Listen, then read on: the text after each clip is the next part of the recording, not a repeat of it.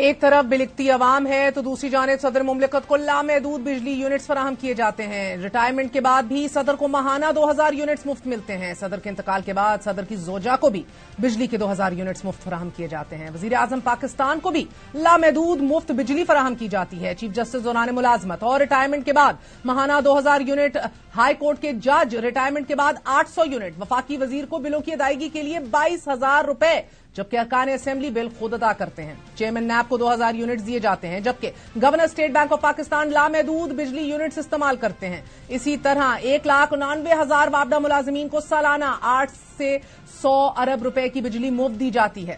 Just imagine. ناظرین, ریاست پاکستان کی جانب سے بجٹ میں کم از کم آمدن 37,000 روپے رکھی گئی ہے, اور اگر ایک 4 افراد پر مشتمل خاندان کا ماہانہ 200 یونٹ سے کم بجلی استعمال کرتا ہو تو sir charges, fuel adjustment charges, taxes کے بعد بل 4,000 روپے کے قریب آتا ہے. اگر 200 یونٹ سے 1 یونٹ بھی اوپر چلا جائے تو بل 8,000 سے تجاوز کر جائے گا, اور اگر آپ کا ماہانہ بل 6 ماہ کے دوران 200 یونٹ سے 1 یونٹ بھی زیادہ آ گیا تو آپ کو فی یونٹ 10 روپے 6 پیسے کی بجائے 22 روپے 95 پیسے پر چارج ہوگا. اور پھر general sales tax, fuel adjustment charges, finance charges اور کوارٹرلی ٹیرف ایڈجسٹمنٹ چارجز بھی اسی سلیب کے مطابق لگائے جائیں گے. یہی نہیں, اگر آپ بجلی پیک آورز یعنی کہ شام 7 سے رات 12 بجے کے درمیان استعمال کرتے ہیں تو آف پیک میں 29 روپے ملنے والا فی یونٹ آپ کو 50 روپے میں پڑے گا. اگر ہم 37,000 روپے کا بریک ڈاؤن کر لیں تو کوئی بھی شخص ذہنی مریض ضرور بن سکتا ہے. ویسے یہ 37,000 بہرحال ویسے تو کسی کو ملتے نہیں, مگر پھر بھی اس کو مان بھی لیا جائے تو 37,000 میں سے 6,000 کا بل نکال لیجئے, 31,000 بچ گئے. ایک کمرہ, کچن اور ایک بات والا چھوٹا سا گھر 15,000 سے کم میں نہیں ملتا. 31,000 میں سے 15,000 نکال لیجئے اب تو 16,000 بچتے ہیں. اب 4 افراد پر مشتمل کنبے کے ماہانہ راشن اور دودھ وغیرہ کے لیے کم سے کم bare minimum given the inflation بہت ہاتھ کھینچ کر بھی 10,000 لگا لیجئے تو 16,000 میں سے 10,000 نکالیے, باقی بچا پیچھے 6,000. دونوں بچوں کے اسکول فیس نکالنے کے ساتھ ساتھ اگر نوکری پر جانا ہے, ٹرانسپورٹیشن ہے, اللہ نہ کرے بیماری ہو جائے, اس کا علاج کیسے کروایا جائے گا یہ سب کچھ. ناظرین, 2 دن قبل بہاولپور کے رکشہ ڈرائیور غلام محمد نے 19,581 روپے بل آنے پر پیٹرول چھڑک کر خودکشی کرنے کی کوشش کی. غلام محمد کا یہ کہنا تھا کہ بچوں کے 2 وقت کی روٹی پوری نہیں ہو رہی, وابدہ والے بل بھیج دیتے ہیں اور اگر میٹر اتارا گیا تو خود سوزی کر لوں گا. یہ کوئی چمبے کی بات نہیں, کیونکہ پاکستان میں لاکھوں گھرانے ایسے ہیں کہ جو ایک پنکھا ہی چلاتے ہیں فقط, مگر ان کا بل ہزاروں میں آتا ہے. اور اب وفاقی کابینہ نے نیپرا کی طرف سے فی یونٹ اضافے کی سمری بھی اس سے بھی زیادہ بجلی کے ٹیرف میں اضافہ کرنے کی بھیج دی ہے, جس کے بعد گھریلو صارفین کے لیے بجلی کا بنیادی فی یونٹ ٹیرف 51% اضافے کے بعد 48 روپے 84 پیسے تک مقرر کر دیا ہے. اور اگر اس میں 18% سیلز ٹیکس شامل کر لیا جائے تو فی یونٹ کا بنیادی ٹیرف 57 روپے 63 پیسے تک بڑھ جائے گا. اور اگر اس میں ایڈجسٹمنٹس اور دیگر ٹیکسز بھی جمع کر لیے جائیں تو فی یونٹ ٹیرف 65 روپے سے بڑھ جائے گا. حکومت کی بجلی کی قیمت میں اضافے IMF شرط پر کیے گئے ہیں اور ان حکومتی تجاویز پر نیپرا 8 جولائی کو فیصلہ کرے گا. اور اگر یہ اضافہ ہو جاتا ہے تو ایک جھٹکے میں کم از کم 3 کروڑ 20 لاکھ بجلی صارفین پر 3,274 ارب روپے کا بوجھ پڑ جائے گا. اور یہ اضافہ فکس ماہانہ چارجز کے علاوہ ہوگا. حالانکہ گزشتہ 1 سال کے دوران بجلی کی قیمتوں میں 67% اضافہ کیا گیا ہے, جبکہ الیکشن سے قبل یہی مسلم لیگ نواز اور پیپلز پارٹی بجلی کے مفت یونٹ دینے کے وعدے کر رہے تھے. مسلم لیگ نون کو فتح عطا فرمائے, ہر گھر میں گیس ہوگی, بجلی کے بل بھی کم ہوں گے انشاءاللہ. 200 یونٹ سے نیچے جتنے لوگ ہیں ان کو مفت بجلی ملا کرے. بلاول بھٹو وزیر اعظم بنے گا تو آپ کی آمدنی کو ہم دگنی کریں گے انشاءاللہ تعالی. یہ بلاول بھٹو کا وعدہ ہے کہ 300 یونٹ بجلی مفت سولر کے تھرو ہوگا انشاءاللہ تعالی. عوام نے منتخب کیتا 300 یونٹ تک تمام لوگوں دا بجلی دا بل مفت کریں گے. دیکھو کبھی 75 سال میں ایسا ہوا کہ آپ گھر میں بجلی استعمال کرو اور مہینے کے بعد آپ کو بل نہ آئے, کبھی ایسا ہوا؟ تو یہ کوئی احسان نہیں ہے, میرا بس چلے تو سارا کچھ لا کر آپ کے قدموں میں ڈال دوں. اور جب ماضی میں تحریک انصاف حکومت کے دوران بجلی کی قیمتوں میں اضافہ ہوتا تھا تو یہی سب لوگ عوام دشمنی سے تعبیر کرتے تھے اسے.